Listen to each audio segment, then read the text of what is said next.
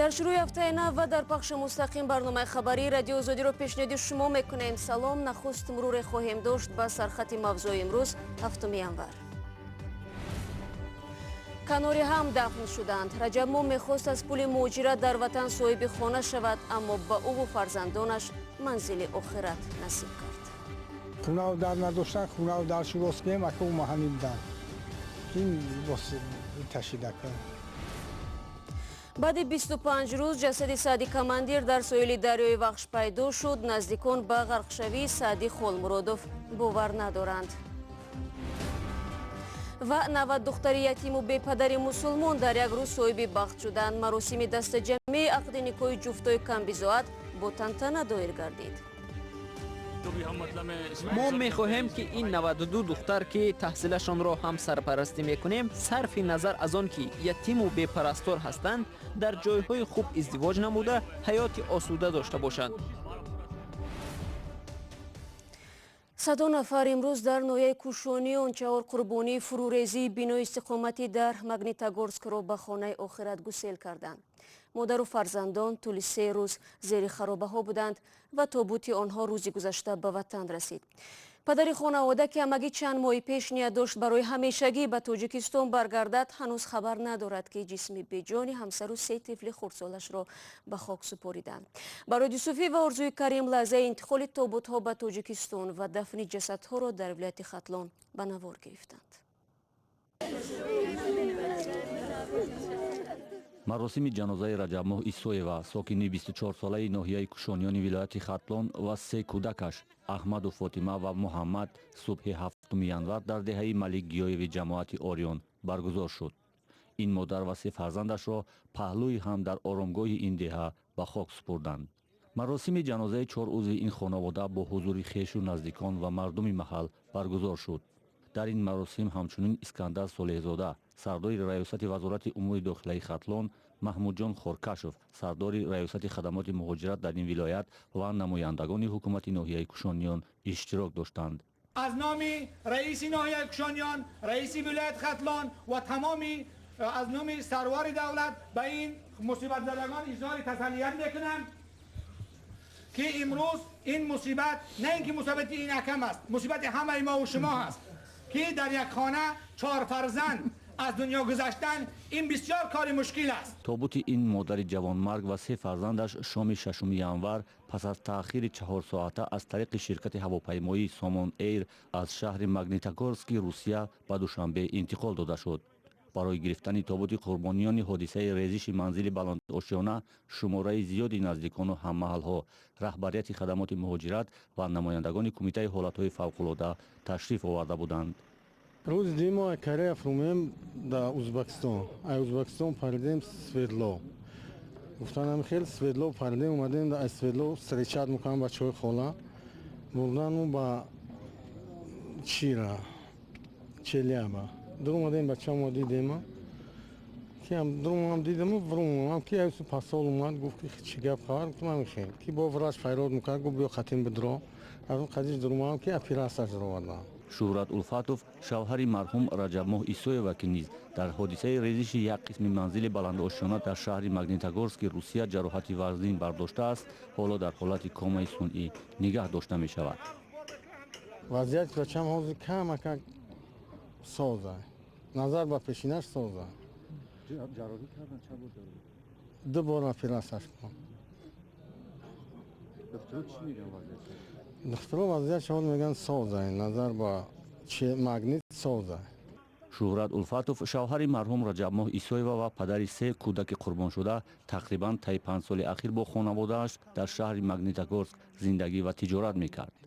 наздиконаш мегӯянд тақрибан 3 моҳи пеш худи Шӯҳрат ба танҳоӣ ба зодгоҳаш омада буд, аммо тасмим доштанд барои доимӣ ба Тоҷикистон баргарданд. хунав дар надоштан, хунав дар шурос кем, ака у маҳани будан. ки ин бос ташидака. субҳи барвақти рӯзи охирини соли 2018 дар натиҷаи фурӯ рафтани қисме аз бинои истиқоматӣ дар шаҳри Магнитогорски Русия, Раҷабмоҳ Исоева ва 3 фарзандаш ҳалок шуданд. падари хонавода Шӯҳрат Улфатов дар ҳодисаи магнитогорск шадидан маҷрӯҳ шуда дар бемористони вилояти челябинск таҳти муроқибати табибон аст ва ба қавли наздикон аз фавти зану кӯдаконаш ҳанӯз хабар надорад. дар як хонаводаи дигар низ имрӯз мотам доранд. баъди тақрибан як моҳи нопадидшавӣ оби дарёи Вахш ҷасади Саъди Холмуродовро ба соҳил баровардааст. полковники бознишаста маъруф бо лақаби Саъди Командир дар наздикии нирӯгоҳи Бойғозӣ ғайб зад. мақомоти тафтишотӣ аз қабл фарзияи ғарқшавиро баррасӣ карданд, ҳарчанд пайвандон то ба ҳол ба ин фарзия шубҳа доранд. Мирзонаби Холиқзод бо тафсилоти бештар. ҷасади Саъди Командир Саъди Холмуродов пас аз 25 рӯзи нопадид шудан аз дарёи Вахш ёфт шуд ва ба наздиконаш спорда шуд. کمیته حالات فوق‌العاده تاجیکستان امروز به رادیو آزادی گفت که وقتی که ماهیگیرهای ساحلی دریای وخش جسد او را که روی آب می‌خیزد مشاهده می‌کنند و با کارمندان کمیته حالات فوق‌العاده خبر میدن و اینها او را از دریا میگیرند و به نزدیکانش میسپارند. طبری نزدیکان خود سعدی کماندیر امروز در صحبت به ما گفتند که او را به سنگتوده یعنی به جایی که او تولد شد و در اونجا بزرگ شده است به اونجا میبرند و در اونجا خاکسپاری میکنند. کارمندان کمیته حالات فوق‌العاده تاجیکستان گفتند که پس از 25 روز وقتی که این جسد زیر آب بود اصلا نتیجه جستجوی اونها هیچ نتیجه نمیداد و در نهایت جسد روی آب شد و ماهیگیرها آن را مشاهده کردند و به نزدیکان و به مقامات ضروری رسانیدند. سعدی کماندیر روز 18 دکبر گمنام شده بود و بعضی مقامات ها حدس می‌زدند که او گویا زیر دریا رفته خودش را به دریا انداخته است، چون که در اونجا نشانه عرابی او را پیدا کرده بودند که عرابش در لب دریا می‌خوابید ولی از خودش درکی نبود. اما بعضی از نمایندگان خصوصا پرکاتوری ناحیه دنقره به ما گفته بود که سعدی کماندیر گویا که شاید در جای دیگر اون ففتیده باشد و در جای دیگر اون را باید جستجو کرد، ولی در نهایت امر جسد سعدی کماندیر از درون دریای وخش پیدا شد و پرکاتوری ناحیه دنقره گفت که نتیجه تشخیص آنها نشان داده است که در ابتدا در یعنی جسد او حالت‌های زوراوری یا لطوکوب یا داغ یا نشانه از اسباب‌های تیزینه یافت نشد. از این رو آنها گفتند که حالا تشخیصشون ادامه میدن و در ظرف 7 روز آینده نتیجه نهایی را به ما خواهند گفت. барномаро идома медиҳем. табибон мегӯянд Файзинисо Воидова ҳуқуқшиноси маъруф аз бемории ҷигар даргузаштааст. ӯ қабл аз марг дар шаби 3 январ наздики 20 рӯз дар 3 беморхона таҳти муоинаи пизишкон қарор дошт. Файзинисо Воидова 17 декабр бар асари шамолхӯрии шуш ба бемористони хусусии табобати лазерии Наргиз бистарӣ гардида 25 декабр пас аз хеле бад шудани вазъи сеҳатиаш ба бахши эҳёи беморхонаи шаҳрии Хуҷанд интиқол меёбад. Муҳсин Алиев муовини сардухтури ин беморхона рӯзи 7 январ дар суҳбат бо радио Озодӣ гуфт Файзинисо Воидоваро дар ҳоле дар шӯъбаи эҳё бистарӣ карданд ки дар ҳолати мадҳушӣ буд. Табибон гуфтанд барои муолиҷаи адвокатӣ шинохта талош карданд, аммо бенатиҷа. Файзинисо Воидова дар 55 солагӣ даргузашт. намояндагони ҷомеаи шаҳрвандӣ даргузашти ӯро як талафоти бузург унвон карданд. рӯмёрем ба мавзӯи дигар. Ҷон Болтон мушовири амнияти президенти Амрико Доналд Трамп мегӯяд хуруҷи сарбозони амрикоӣ аз Сурия ба он вобаста аст ки Туркия кафолати худдорӣ аз ҳамла ба курдҳои муттафиқи Амрикоро бидиҳад. дар ҷараёни боздид аз Исроил рӯзи якшанбе Ҷон Болтон гуфт ки сарбозони амрикоӣ бо як шарт аз Сурия хориҷ мешаванд. Туркия бояд кафолат бидиҳад болои курдҳои муттафиқи Амрико ҳамла нахоҳад кард. Курдҳо тахминан 25% хоки Суриyaро таҳти назорат дорад. моҳи гузашта ғайримунтазира президенти Амрико Доналд Трамп эълон кард ки сарбозони амрикоӣ аз Сурия берун меоянд. баъд аз он ин суол пайдо шуд ки сарнавишти эътилофи зери раҳбарии курдҳо чӣ мешавад.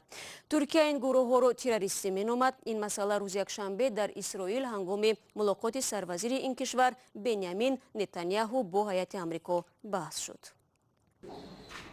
рӯзи якшанбе Ҷон Болтон мушовири амниятии президенти иёлоти муттаҳидаи амрико ба сарвазири Исроил гуфт ки беруншавии сарбозони амрико аз Сурия бояд дар ҳоле амалӣ гардад ки шикасти гурӯҳи даҳшатафкани давлати исломӣ кафолат дода шавад. феълан дар марзҳои шумо мо бо мушкили низоъ дар Сурия рӯбарӯ ҳастем. حاضر ما با پرزیدنت این مسئله را بررسی داریم، ولی برای اجرای آن باید کفالت داده شود که گروهی دهشت افکن دولت اسلامی شکست خورده امکان ندارد از نو به تهدید منطقه تبدیل یابد.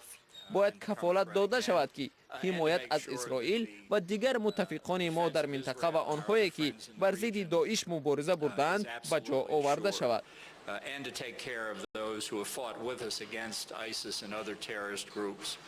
روز یکشنبه در واشنگتن پرزیدنت ایالات متحده آمریکا دونالد ترامپ هم ابراز داشت که احتمال بیرونشوی سربازان آمریکا از سوریه به همین زودی ها عملی نگردد.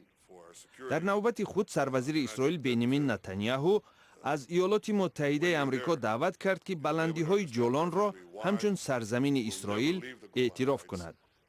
در ادامه سفر خاورمیانه جان بولتون تصمیم دارد در ترکیه با پرزیدنت این کشور رجب طیب اردوغان سرنوشت متفقان کرد آمریکا را بحث کند.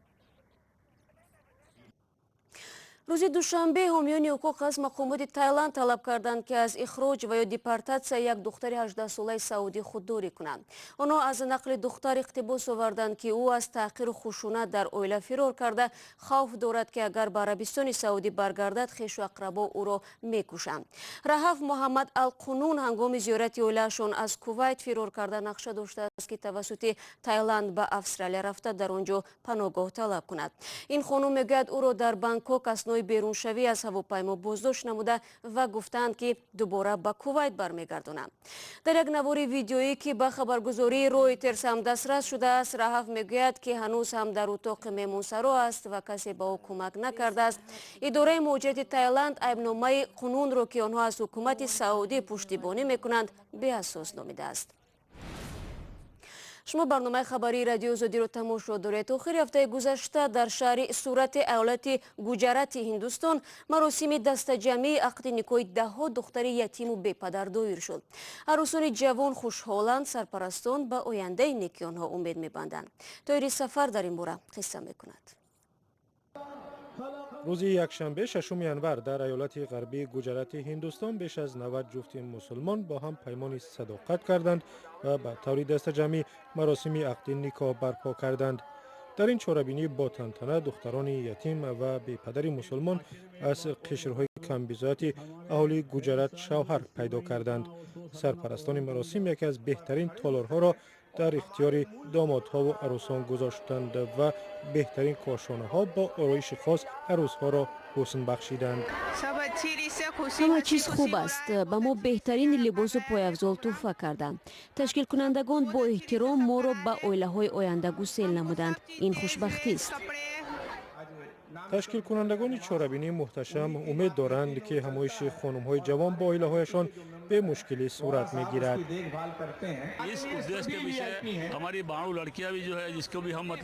ما می‌خواهیم که این 92 دختر که تحصیلشان را هم سرپرستی می‌کنیم صرف نظر از آن که یتیم و بی‌پرستار هستند در جای‌های خوب ازدواج نموده حیات آسوده داشته باشند. در هندوستان مراسم دسته‌جمعی عقد نکاح جوانان و ویژه جوانان از طبقه‌های کم بزاعت شهرت بیشتر کسب می‌کند، زیرا به این وسیله فشار مالی به والدان و سرپرستان عروس‌ها و دامادهای آینده کاهش می‌یابد.